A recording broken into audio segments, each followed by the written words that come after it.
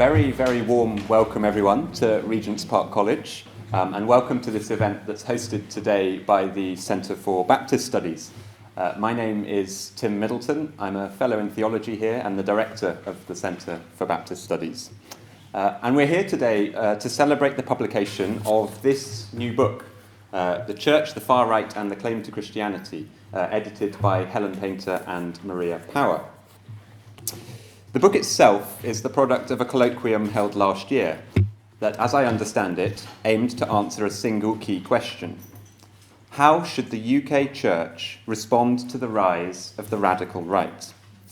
And, following the Southport attack in the UK this last summer and the subsequent spread of misinformation and far-right protests, this book feels especially timely. And I believe the publication was even brought forward in response to those events.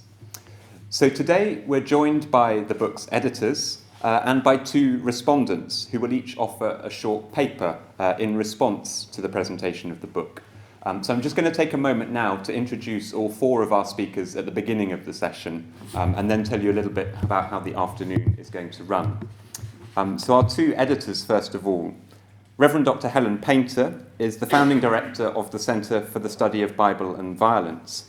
She's a Baptist minister with the Baptist Union of Great Britain and a tutor in biblical studies at Bristol Baptist College. Dr. Maria Power is a senior research fellow at the Las Casas Institute for Social Justice at Blackfriars in the University of Oxford, and she's published widely on religion and the conflict in Northern Ireland. Those are the two editors of the book. Our respondents are Dr. Paul Wellow, who's a research fellow in religion and society and associate director of the Oxford Centre for Religion and Culture here at Regent's Park College. He's also an emeritus professor of the University of Derby, and his work particularly focuses on religion, state and society. Our final respondent is the Reverend Professor Paul Fidders, who's a senior research fellow and former principal here at Regent's Park College. As well as his many theological contributions, he currently directs the project for the study of love in religion and is an ordained Baptist minister. In the conclusion of this book, Dr. Paynter offers 10 recommendations for the Church in the UK today. And the 10th and final recommendation is particularly relevant for our current context here at the Centre for Baptist Studies.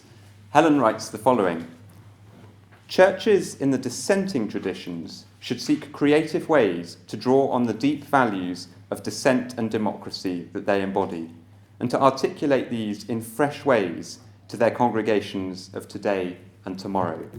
So it's explicitly stated in here that there is a dissenting perspective on this issue of the church and the far right that I hope we'll hear a little bit more about today.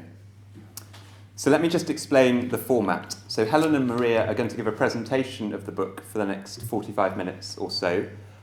Then we adjourn over to the dining hall, just over here, for tea and coffee for half an hour. And then we will come back into this room to hear the two response papers and have a Q&A. And the whole afternoon will wrap up with drinks in the senior common room if you're able to stay for that at the end. There's a few things at the back that may be of interest. There are a few copies of the book for sale. I believe it's £25 and both cash and card are possible. So do grab Helen in the tea break if you'd like to buy a copy of the book here today. There's also a piece of paper and a pen if you would like to join the email list for the Centre for Baptist Studies if you're not already part of it. I think that's more than enough from me, so I'm going to hand over to Helen and Maria to tell us about the book. Thank you.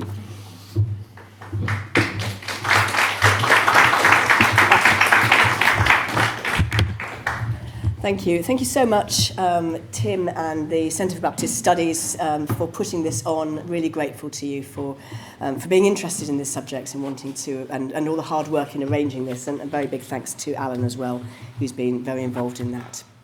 And just let me say at the beginning how grateful I am to Dr. Wellow and Professor Fiddis, who are going to be giving responses.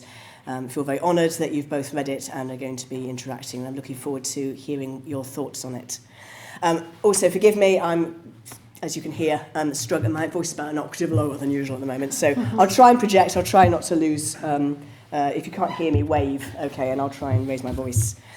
Is that all the thank yous I needed to say? I think that's everything. So. Yeah, good, thank you. So what we're going to do is we're going to spend the first half of our portion now giving a bit of an overview of the book, of the background to it and its contents. And then I'm going to take over, so we do that together, and then I'm going to take over and speak a bit more about what the church, what the prophetic church and what the dissenting church might contribute to the to this issue. So that's our plan for the next about 40 minutes.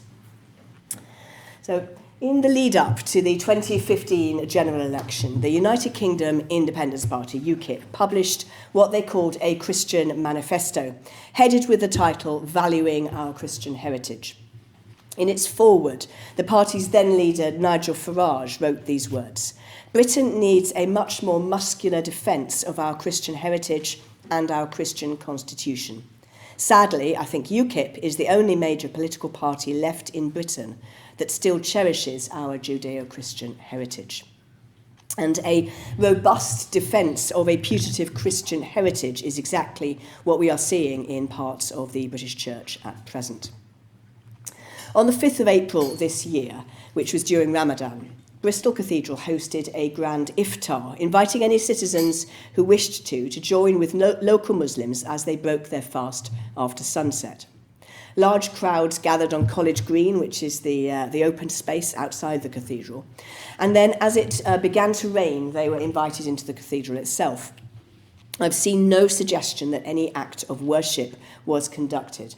Video footage of the event simply shows people, many but not all in Muslim dress, enjoying food together with children playing alongside their families. Commentators immediately took to their microphones and their keyboards to denounce this. One of them is an ordained priest who is a prominent influencer with about 250,000 followers on Twitter. He took it as a sign that we are living in the Islamic Caliphate of Great Britain. Quoting Deuteronomy, "Ye shall not," from the King James, "ye shall not go after other gods, the gods of the peoples which are round about you, for the Lord thy God is a jealous God among you, lest the anger of the Lord thy God be kindled against thee, and destroy thee from off the face of the earth." That particular Twitter thread attracted over 6,000 readers, with many people chipping in to call for defence of our land, exorcism of the cathedral, and most disturbingly, for crusade. More tweets than I can document referred to this event as an Islamic conquest, with a number likening it to the Ottoman invasion. They took over Hagia Sophia in 1453. Now they've seized the UK without firing a shot. A prominent YouTuber employed this theme in a video which has attracted nearly 7,000 likes. He said, "After they basically conquered the Bristol Cathedral, one of the organisers called the event unique and historical. It is indeed unique and historical, just like what happened in Spain a few centuries ago. That was also unique and historical until the Crusades happened and the Christians had to kick out some of the people." But this sort of thing is not confined to political posturing or social media rants. In 2014, members of the political organisation Britain First invaded mosques across the UK with army-issued Bibles. The intruders called it a Christian crusade. In the following 2 years, Britain First members made a habit of parading through Muslim-majority areas of several British cities, aggressively flourishing large crosses. Following a series of similar incidents, the two leaders of the organisation were jailed in 2018 for religiously aggravated harassment. These are a few examples of the entailment of far-right ideologies with Christian or Christian-adjacent theological claims. Sadly, they are not the only examples we could provide. The far right of British politics is found in a wide variety of forms, ranging from now banned organisations such as the neo-Nazi group National Action to elements within mainstream politics. This is just a sample, this is by no means an exhaustive list. The study of these groups is confounded by a continually changing, ever slippery field, marked by constantly emerging new groups, splits and factions, and by the reinvention of groups when they are declared illegal. It's also confounded by a blurred set of definitions and term usages. You'd think academics could manage to get this, act together on this, but they haven't managed to so far. Terms such as the far right, the extreme right, and the radical right are used by different writers in different ways. Today we will speak of the far right to refer to anything which is substantially more right-wing than where the Conservative Party has traditionally positioned itself. The specialist on far-right movements, Kaz Mudder, defines the far right as those on the right who are anti-system, defined here as hostile to liberal democracy. He then divides that into two subgroups. The extreme right rejects the essence of democracy, that is, popular sovereignty and majority rule. Classic examples of the extreme right would be Adolf Hitler and Benito Mussolini. By contrast, the radical right accepts the essence of democracy, but opposes fundamental elements of liberal democracy, most notably minority rights, rule of law, and separation of powers. And this might be represented in a diagram like the one on the screen. While the more extreme versions of this ideology are struggling to gain purchase in the UK at present, we should not be complacent. Many countries in the rest of Europe and beyond have not proved so immune. Within the UK, mainstream forms of the far-right movement are growing in influence and plausibility. The 2024 report by Hope Not Hate plots a significant advance even in the past year, both within fringe political movements and within the Conservative Party itself, as well as in popular news outlets such as GB News. The mainstreaming of far-right discourse makes it acceptable, more electable, and, as we shall see shortly, more plausible to the Church. Arguably, it is especially when it operates within the mainstream that the movement presents a very real danger to minorities within society. The Overton window is a model to describe the way what is acceptable in public speech can shift over time. In recent years, that has shifted considerably to the right, permitting many prominent individuals, not least two consecutive Home Secretaries, to express views and use rhetoric which 20 years ago would have been unthinkable. And we cannot dismiss this as mere political posturing. A recent research project conducted by Hope Not Hate analysed 660,000 telegram messages sent in a 2-year period. They proved that there were significant spikes in anti-migrant hostility following key government pronouncements on the issue. Well, at this stage, we should attempt to list the ideological features which mark these movements. But again, this is not a tidy, self-contained catalogue. For example, some far-right groups exhibit flagrant anti-Semitism, usually alongside Islamophobia, while others, especially since October the 7th last year, are energetically pro-Zionist while still being Islamophobic. An indicative list of ideologies would generally include a cluster of some or all of the following. And we are not inherently saying that these are inherently all wrong, but when they are taken to extreme, some of them clearly are, some of them when they're taken, we're talking about when they are held in extreme. So a nationalistic urge tending towards ethnic homogeneity. This may be accompanied by what is known as dog whistle racism, where certain neutral terms are used as a substitute for explicitly racist ones while maintaining plausible deniability.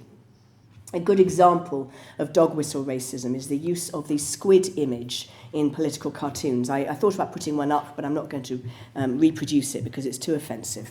It's seemingly a harmless and meaningless artistic flourish, but actually it's a reference to the conspiracy theory of a global Jewish cabal with its grasping, strangling tentacles in every area of society. Secondly, then, in a drive towards this preference for ethnic uniformity, there is often a strong anti-migrant invective. And here, again, I would quite like to have put up a screen grab of some of the newspaper headlines to illustrate my point. But the dehumanising language coming out of some of the tabloids is not something I'm willing to propagate, and I'm quite confident you've all seen it. Dog whistle racism comes into its own here. We don't want to dilute the Christian values of our nation with Muslim immigrants may actually be code for we don't want any more brown-skinned people on our streets. This notorious photograph is another good example. Captioned Breaking Point, it both exploited and propagated racist prejudice. while ostensibly speaking about the more neutral matter of border control. The photograph was not, as implied, pictures of swarms of migrants invading the British Isles, but of refugees crossing the Croatia-Slovenia border. And tellingly, the only prominent white person in the original photograph was located behind that text box there. The third ideological trope is traditional ethics around human sexuality and the advancement of family values, which may focus on a number of issues, and in the hands of far-right groups can manifest as homophobic violence, the picketing of abortion clinics and intimidation of staff and patients, and the promotion of, quote, traditional gender roles, unquote, which may serve to oppress and control women. Fourthly, anti-Semitism, and as I outlined above, this is a variable element. Fifthly, Islamophobia, which in its various forms is a relatively uniform element of far-right political expressions in this country. And sixthly, conspiracism around a variety of issues, including the belief that there is an elite cabal controlling global events, which involves child sex trafficking on an industrial scale, belief in the existence of no-go zones under Islamic control in British cities with the imminent establishment of Sharia law, Holocaust denial, climate change denial, anti-vaccination and COVID conspiracies, and belief in Jewish control over global banks and media. Now, lest you think that this is a niche issue, this conspiracism, let me show you this an extract from the results of a poll conducted by Hope Not Hate recently. And they conducted this poll of 25,000 members of the general public. Now, hold on to that. This is the general public. This is not a selected sample, or not a selective sample, I should say. And what they did was those conspiracies that I just outlined, they offered them to these people and said, is this definitely true, probably true, or something neutral or negative? Okay.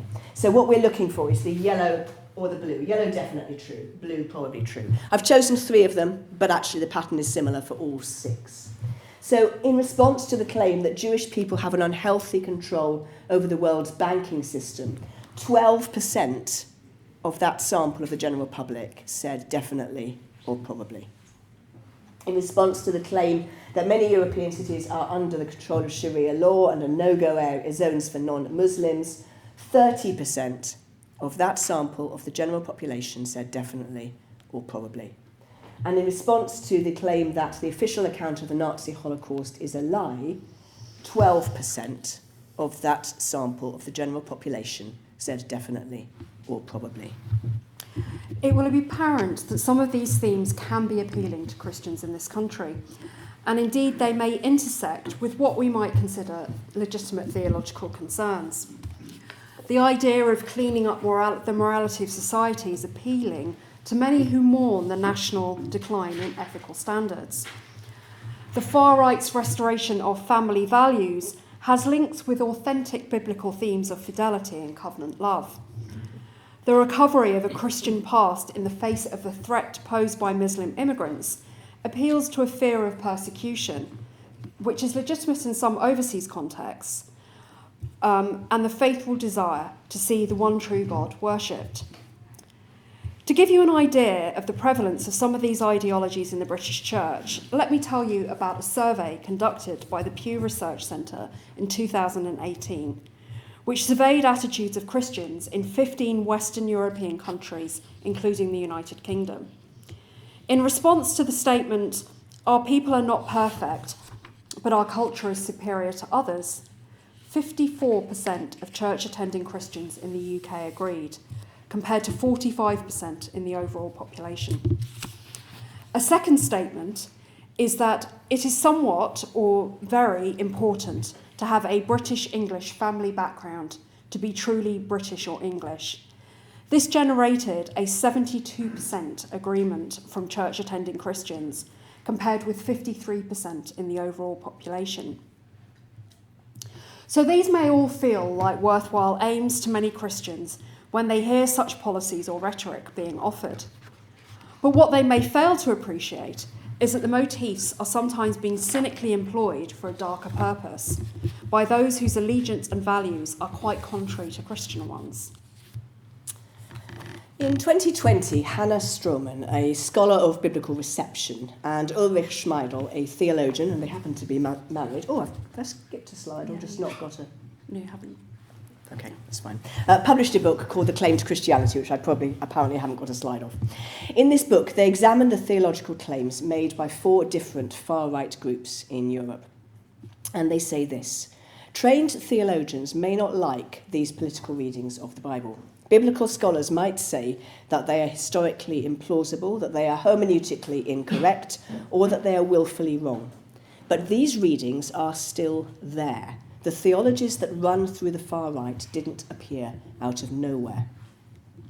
For those of us in the church, especially those of us who are in church leadership, these words should deeply disturb us. Stroman and Schmeidel are challenging the church to stop disowning the issue as someone else's problem and to face up to the uncomfortable fact that it is Christian or Christian-adjacent theology that lies behind some of these movements. So in the spring of 2022, I put in a grant application to the British Academy aiming to organise and run a colloquium on the topic of the far right and the British Church, using Stroman and Schmeidel's book as a starting point for our reflection. We were delighted that our application was successful and the work we're about to describe would not have been possible without the British Academy's generous support. So in May of 2023, we gathered 14 invited participants for a 24-hour consultation, which we conducted at Bristol Baptist College. As you can see, they represented an international... Oh, there's the book. That's the slide we're supposed to have. Sorry, my fault. Ecumenical and interfaith and interdisciplinary group, with academic experts in a variety of fields, alongside those with on-the-ground experience helping the church respond to the democratic threat of extremist groups.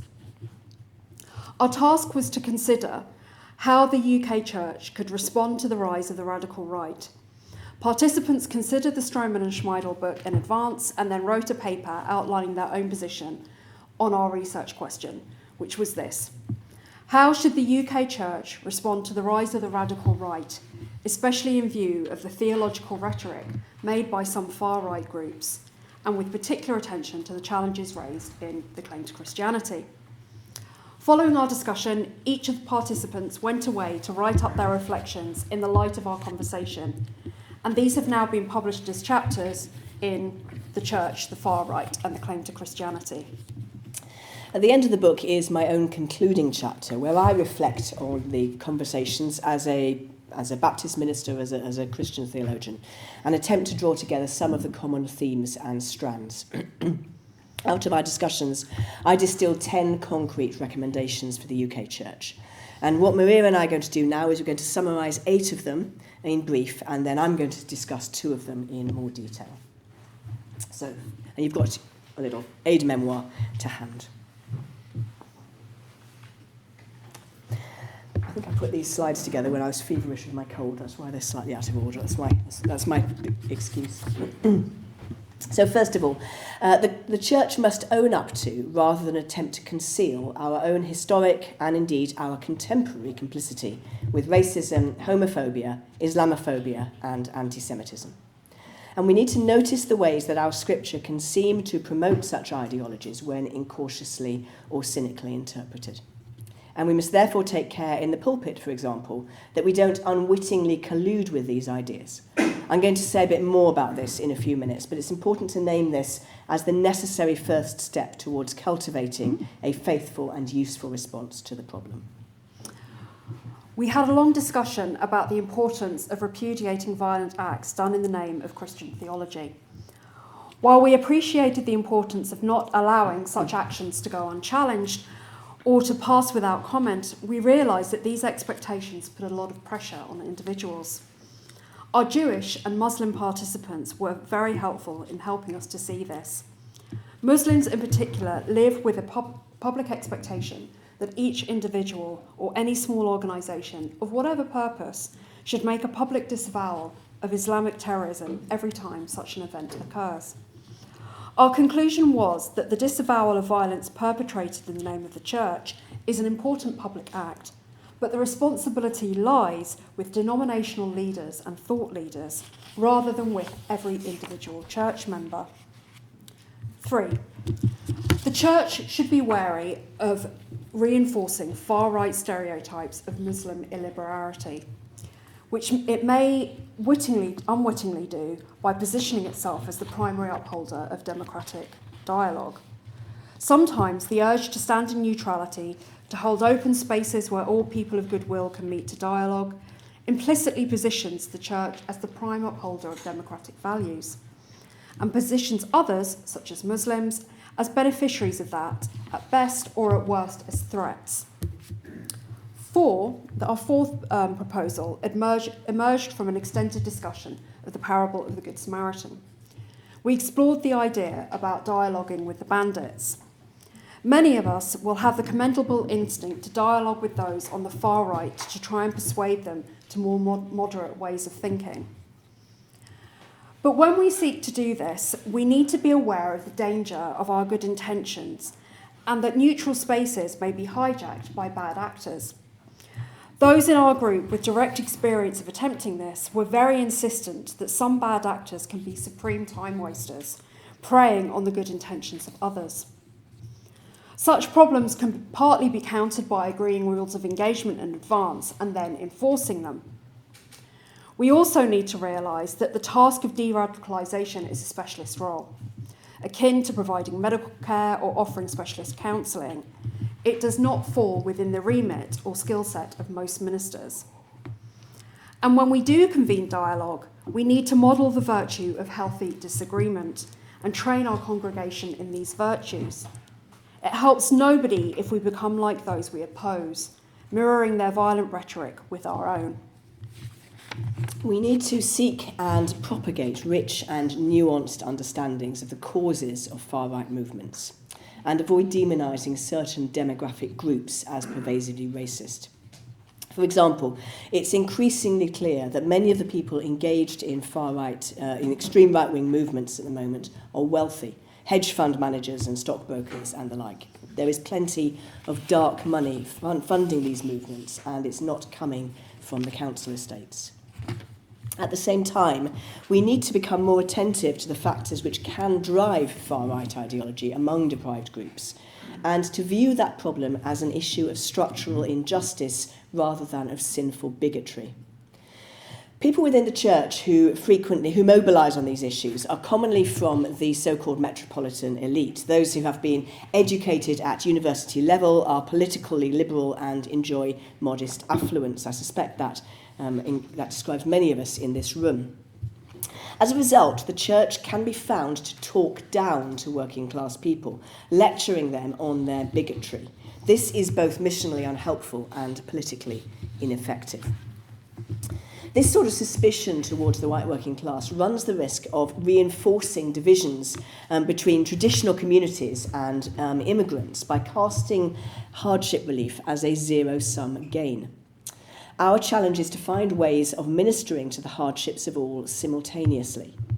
I don't think anyone can fairly accuse the British Church of being indifferent on matters such as fuel poverty, food poverty, human trafficking, refugees, and so on. But projects working primarily for the relief of deprivation within traditional communities and those working for the benefit of immigrants have tended to be managed by separate special interest groups within the church. Interest groups which can tend to pit their priorities against one another when we think about seeking funding, prayer support, and general support in the churches. We need to find ways of joining up these equally valid concerns so that they're not in competition.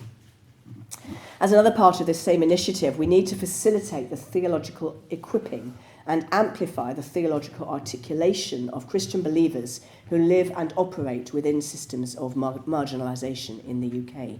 Bluntly, we need to stop talking down to them. We should attend to the rising problem of youth radicalisation by investing in youth work and youth programmes, especially those which enhance dialogue across religious and cultural boundaries. We should also train our young people in critical thinking and model those virtues in public and private conversation. 8th, theological education matters. There are many pressures on ministerial formation. Whereas once aspiring clergy were trained in biblical languages, scripture and patristic theology, now an enormous range of concerns presses upon theological colleges. Rightly, we now provide space in our ministerial formation programmes for safeguarding training, leading change, pastoral counselling, pioneering, and 1,000 more things. But if we are tempted to water down the theological and biblical training of ministers and priests, we do so at great risk. This is one of the challenges that most, if not all, theological colleges are facing in the current UK climate, where previous funding models are falling out of favour and where the much quoted line, "We've had enough of experts," is finding approval in parts of the church. But there is clear evidence that those in our congregations who are regularly exposed to faithful, well-developed biblical teaching are less likely to show signs of radicalisation and violence. And as we have already discussed, the true and good biblical themes, which can be misapplied or misunderstood to great harm, require wise and responsible handling by people who have deep roots in the scriptural and theological traditions of our faiths. Thank you. So if we, the Church, are to respond faithfully to this challenge, our engagement must be attentive to the spiritual dynamics which are at play. The Church is not simply another social organisation, but, as I think probably we would all agree, the dwelling place of the living God, the first fruits of the eschaton, and the mystery of unity which God concealed in ages past and then revealed in his Son. And therefore, practical solutions, such as the ones outlined above, will only take us part of the way, because at heart, this is a spiritual problem. We all live in and are products of a world which is broken. And some key features of that brokenness are inhospitality, suspicion, and violence. Understanding political realities in the light of this theological framework invites us to look at the distinctive role which the Church can play into the situation. And one way to express this is to understand the Church as having a prophetic calling. The heart of our calling as Church is to glorify God by being a living sign of the eschaton, which is a prophetic task. The Church is called into being by God to be a prophetic community that both points to and incompletely manifests the life of the world to come. The Church's role is not identical to that of the Old Testament prophets, but our calling is in continuity with theirs, to represent the truth of God by word and deed. So what does a prophetic church look like in this context? First of all, self-criticism. We touched above on the need for a church to face up to its own complicity. Using the lens of the church as a prophetic entity, I'd like to reflect a bit more on what that might mean.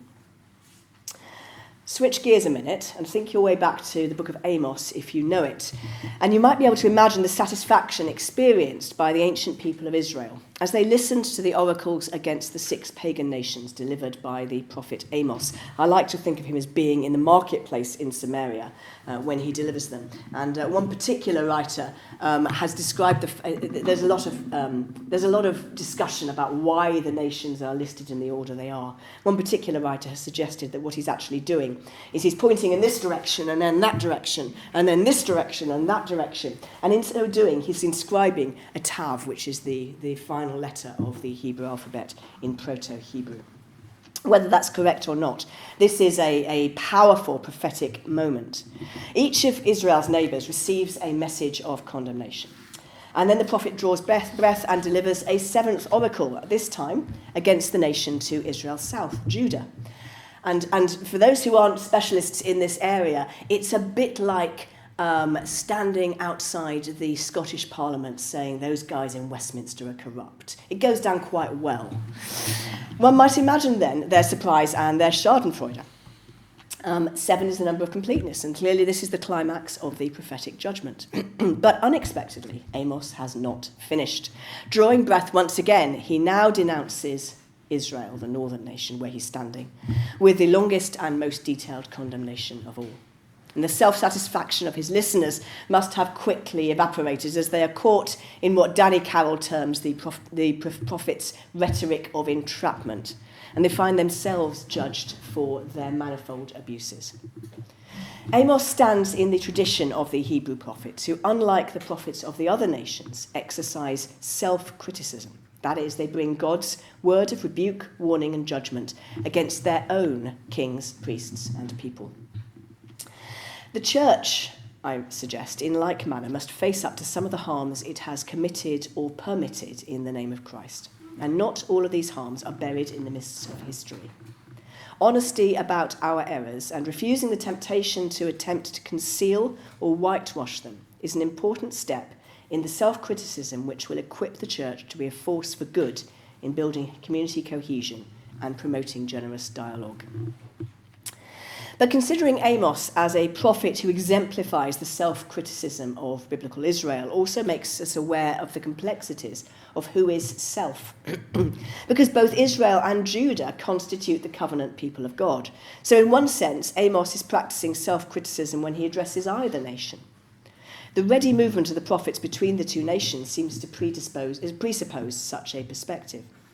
But in another sense, as I've suggested, Amos might have been viewed as practicing self-criticism when he condemned Judah, but non-self-criticism when speaking to Israel, because he himself is a Judahite. Now as then, God's highest standards are applied to his covenant people. And as church, we need to take responsibility for our own sin before we can address the sins of wider society. But again, who is self? Does a Baptist criticising a Catholic, or vice versa, constitute self-criticism? Does a progressive criticising a conservative, or vice versa? It seems to me that self-criticism must take place in ever-narrowing, ever-intensifying circles. We might indeed have a valid critique to offer towards practices outside our own tradition or cultural circle. But a more focused version of self-criticism must be applied to our own contexts. And within that, we must apply the highest standard to our own little clique, and then within that to ourselves. Preeminently, we must attend to the logs in our own eyes. Of course, self-criticism is futile unless it leads to change. In view of the egregiously divisive polemics that the church has permitted and condoned in recent years, people on both sides of that divide need to be willing both to learn and grow and to admit it publicly. I think there are at least three significant barriers to the sort of change that is needed.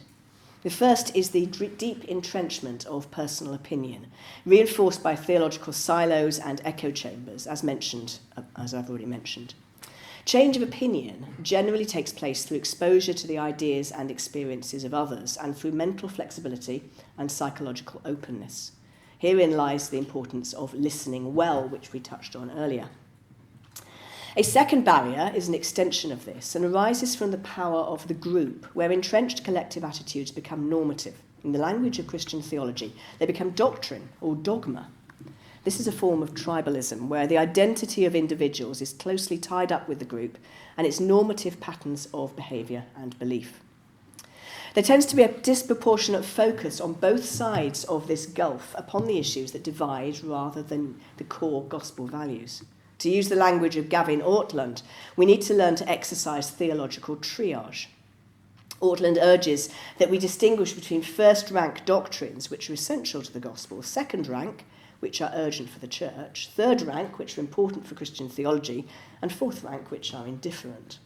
Gracious and thoughtful interrogation of our own inherited and absorbed beliefs, which are sometimes assumed without critical challenge, should facilitate self-criticism and growth. The third barrier, which arises as a consequence of the first two, is the role of public shame, I think, particularly where the cult of the strong leader is operative. A public climb down by such a leader can mean loss of their personal reputation, jeopardising their salary or stipend, which is often dependent on the favour of congregants. And similarly for individuals, deviating from the group norm, whether that group is a local church community or an online community, can result in marginalisation, ostracisation, or even excommunication.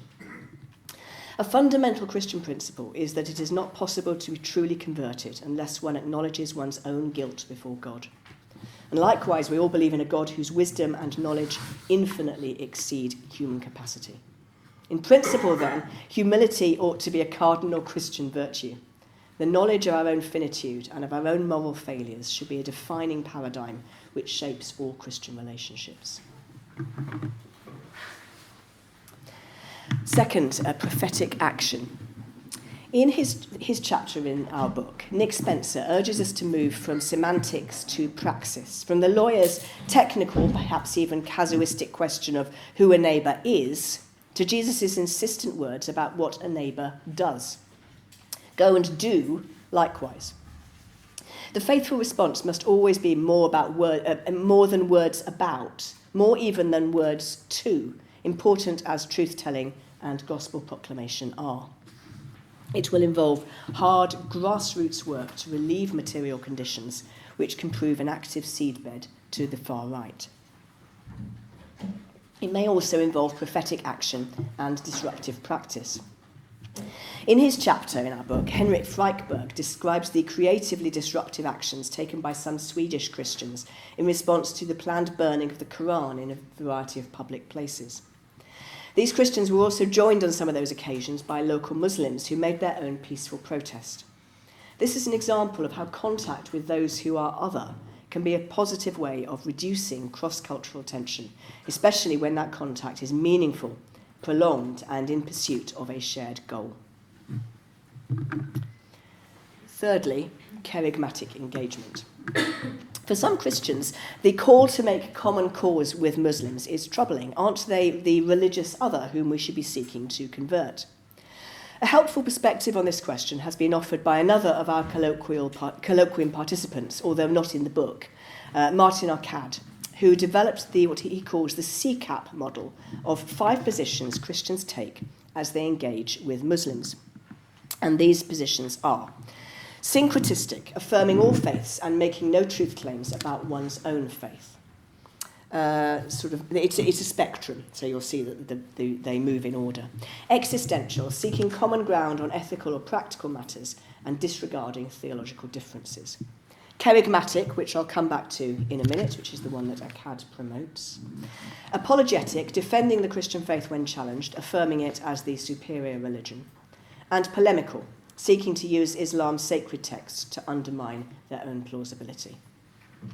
So at the centre of this spectrum is the charismatic approach, which, as Akkad describes it, is rooted in the proclamation of the values, character and model of Jesus Christ as the heart of the gospel. In this approach, the charisma is not Christianity, but Christ. The charismatic approach is respectful and loving towards Muslims, and it is prophetic, scientifically honest, supra-religious and centred on Christ. Now, Christians will differ on where they want to position themselves along that spectrum and which, if any, they would want to rule out. However, I think it ought to be clear from this spectrum that cooperation with Muslims on ethical and practical matters is not incompatible with authentic Christian belief and expression. Fourthly, bold speech. Another way in which the Church can exercise a prophetic role is when it unites to offer an ecumenical statement of principle. 3 such statements have left a particular mark upon the global Church in the last 100 years. The 1934 Theological Declaration of Barmen was made by the Confessing Church in Germany in response to National Socialism's attempt to co-opt the Christian churches to its own ideology. In 1985, an ecumenical group of ordained and lay Christian theologians in South Africa produced the Kairos document in response to the ongoing crisis of apartheid in that country. In 2009, on the 75th anniversary of the Nakba, a group of Palestinian theologians produced the Kairos Palestine document. Each one of these 3 declarations, in its own distinct voice, speaks boldly and courageously. And I would want to add, actually, it hasn't been published yet, but my good friend and one of our research associates, Trevor Lawrence, who is in the Presbyterian Church of America, and is deeply grieved by what he is seeing happening in his own country, has been drafting, in consultation with some of the other elders in his church, has been drafting something rather like the Barmen Declaration for his own day in response to the rising Christian nationalism in that context. And I'm very much hoping that he will allow us to publish and propagate that, because I think it is deeply prophetic. The time may come when the European Church will once again need to unite in this sort of way, holding tenaciously to the good news of the kingdom of God in the teeth of those who would undermine all of these goods. And some of that opposition may come from within our own congregations and denominations. And fifthly, recovering dissent. So finally, I'd like to offer some remarks from my own position within the European Baptist tradition. Let me just say that every time, so Maria and I have presented this in a number of contexts. This is probably about the 9th or 10th that we've done since we published the book. And almost every time, despite the caveats I'm about to say, I get pushback on this, which is fine, and I welcome pushback, but I am intrigued by the fact that this seems to be the one which is most controversial. Maybe not in this room, but I might be wrong. So since one of the things that defines the state is the claim to a monopoly of force within its territory, Baptists believe that the church's purview is entirely separate from the state's. We consider the New Testament principle of Christian churches being formed on the basis of voluntary association to be incompatible with the state promotion of Christianity. A key Baptist distinctive is therefore the separation of church and state and the eschewing of political power by the church. This is a long-standing Baptist conviction. To quote Nigel Wright, although he begins by quoting Michael Watts, the rejection of sacred power hierarchically administered in favour of consent-based patterns of government, espoused by the early dissenters, led to the development of a pluralistic society in which men would learn to live in peace with others with whom they disagreed without resort to the scaffold or the firing squad. And Wright comments on this. Democracy represents the social application of the priesthood of all believers and is the political analogy of the democratic religious congregation. This, of course, is not at all saying that individual Christians should not be involved in politics, or that churches and other organisations should not seek to persuade in the public arena. Indeed, in his chapter in our book, James Crossley points to the role of nonconformists in the great labour movements of the 20th century. But the Baptist shape of that political engagement is distinctive. As Paul Lusk says, the state can be run by anyone who is competent and honest, whatever they believe. The Christian enters public life not to make the state more Christian, but to give glory to God by doing the job well. The state is there not to uphold any particular version of goodness, but to protect the freedom of all to pursue goodness. The principle does, however, stand firmly against the church or, indeed, any other faith or non-faith organisation having a privileged position within the leadership of a nation. While I want to commend my brothers and sisters from the non-dissenting traditions when they also eschew traditional religious power in the public arena, it seems to me that the dissenting traditions have a distinctive contribution to offer. And now here are the caveats.